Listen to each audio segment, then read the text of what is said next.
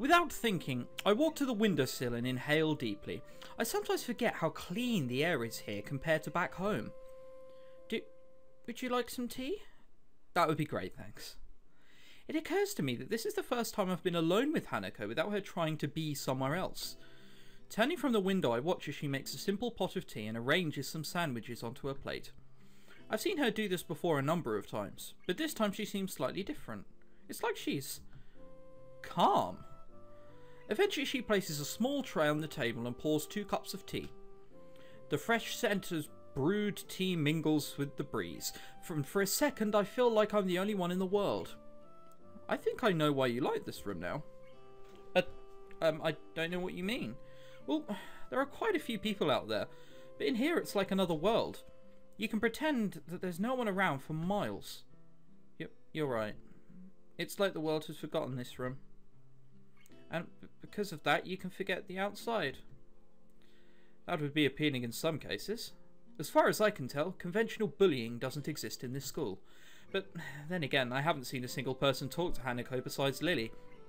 If you're ignored by the world, a place where you can forget its existence would hold a special appeal.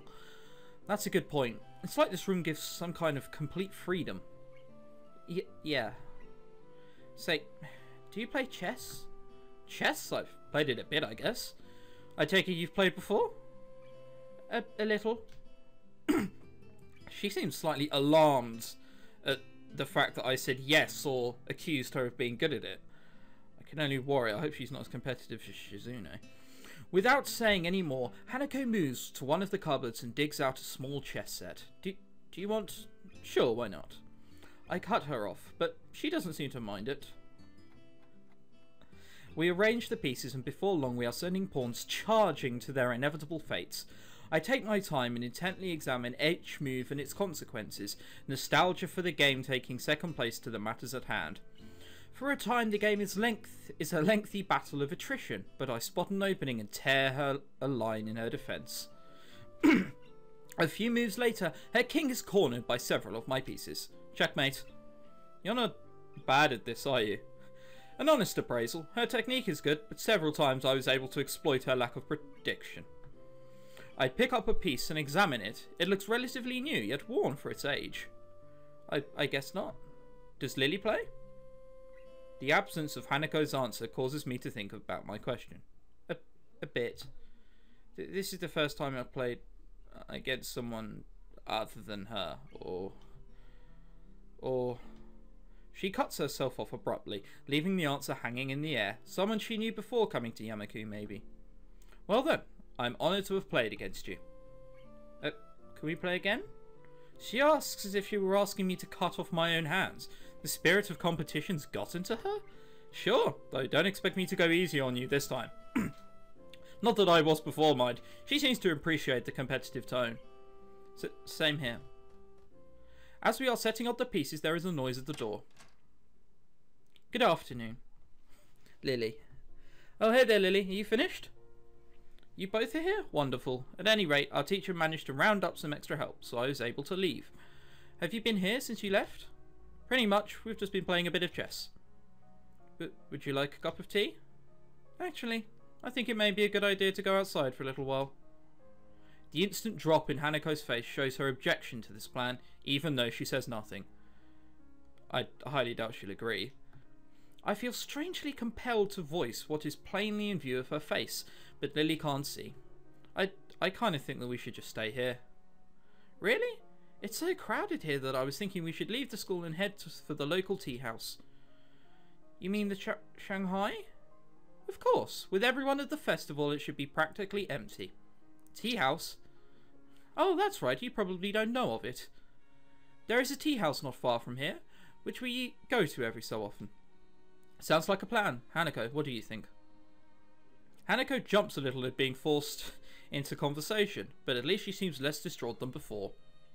If it's the Shanghai, I think it'll be nice. Well then, it's settled. Let's be on our way. Hanako and I rise from the table in our preempted chess game. Before I can do anything, Hanako has poured the pieces into a small container and placed the board away. Looks like we're ready now. Please lead on.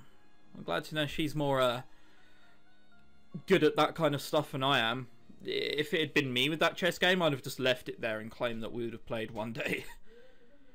Hanako moves to Lily's side and we venture onto school corridors. The pair leads me through a series of unfamiliar doors and we emerge on the side of the building opposite of the festival grounds. Insulated by the heavy stone of the building, the noise from the crowd has faded into a murmur. Strange. I thought that most people would be beginning to leave by now. They're probably here to view the fireworks. Fireworks? Yes, apparently the school puts on quite a show. A lot of people come from town just to watch them. Lily's decision to leave the school ground seems to make sense now. Hanako will probably have a hard time with the whole town descending onto school, or ascending, as the case may be. For the second time since arriving at Yamako, I find myself walking down this road with Lily. Only, now that I can barely hear the incessant noise of the festival, do I realise how loud it was. I can hear my eyes ringing slightly in the still evening air as they recover from the day's assault on them. Hanako clings to Lily, but still manages to guide her along the road. That, and avoiding the occasional gaze from curious pedestrians, appears to completely sap her constitution. She rarely raises her focus from the ground in front of her, nor does she utter a word. Lily, on the other hand, maintains her prim and proper persona, just as she does in school. It's obvious she purposely puts effort into her appearance, rather than hiding it as Hanako does. It's striking how different they are in their way of holding themselves outside of Yamaku's ground. That said, it's obvious in both their cases that they do visibly change. Inside Yamaku, everyone is special, which negates the specialness of it. But once we venture outside the school gates, we are returned to the status of outsider and generic labels. Especially when we're in school uniform. It's like hanging a sign around your neck and challenging people to figure out what is wrong with you. I'm surprised that so many of the students keep it on. Then again, with canes and wheelchairs common amongst the students, I guess it's not really that much of a giveaway. Or maybe I'm the only one that sees this as a stigma. Maybe you get used to it after a time, like any other school uniform. The tea house seems fairly standard from the outside, just an ordinary building with typical signs decorating the entrance. It looks like the type of place you'd walk by without a thought, just another generic cafe in a sea of thousands. If Hanako hadn't steered Lily into the entrance, I would have continued on down the road without ever knowing that it existed.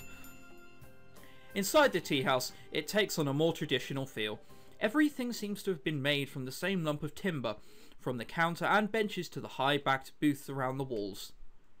But the most striking feature of the room is the lack of life. I think I can faintly hear something bubbling away in the background, but otherwise the room is silent. Without any direction, we simply wait near the entrance, politely obeying the "please wait to be seated" sign. Is this place closed or something? Of course. The sound of the chair falling over echoes throughout the empty room, and a head shoots up from inside a booth. I wasn't asleep, and welcome to Shanghai! Yuko, dressed in a pastel apron and clutching a menu, rushes to greet us. Her misaligned glasses and her ruffled hair cast suspicion on her previous statement. I think she would have been fine if she didn't say anything, but whether she was asleep or not isn't the first question that leaps to my mind. You work here now? What happened to the library?